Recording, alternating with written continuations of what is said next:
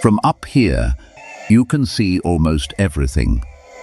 A continent, a coastline, a state that grows much of the country's produce, down into the fields, to a single leaf on a single plant, and something resting on it, too small to see.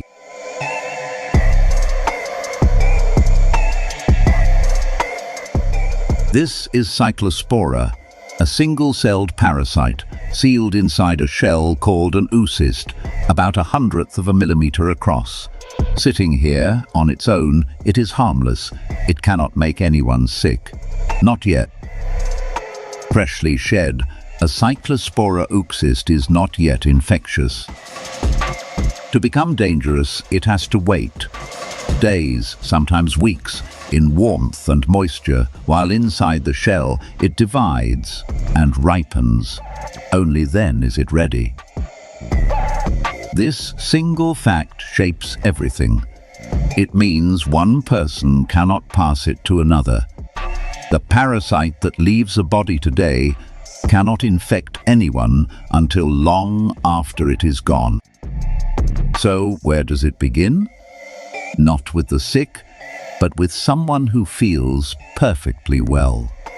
A person carrying Cyclospora, often with no symptoms at all, sheds these oocysts unnoticed by the thousand.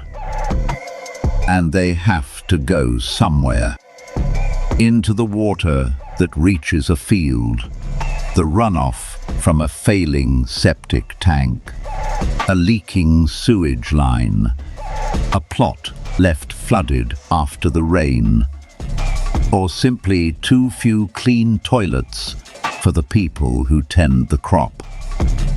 It is quiet, and it is preventable. Growers are warned to guard exactly these things: their septic systems, their portable toilets, the spills, because this is where the parasite slips into the field.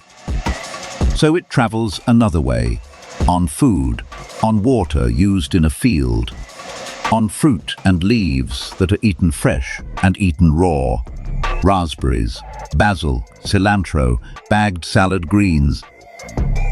And it resists chlorine. A rinse under the tap cannot be trusted to wash it away. And then someone eats it. It comes to rest in the warm, dark, quiet of the small intestine. It has no eyes, no brain, and yet the warmth and the bile of the gut are the signal it has waited weeks for.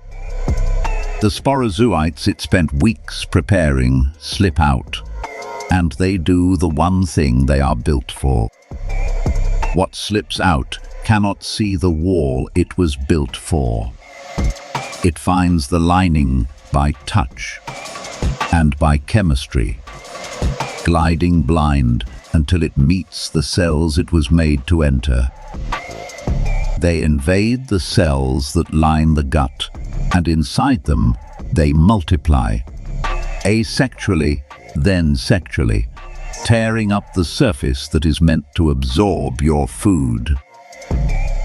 Inside a single cell, it divides, again and again, until the cell is packed with copies of itself. Then the cell gives way. They spill out, and each one finds another cell and begins again.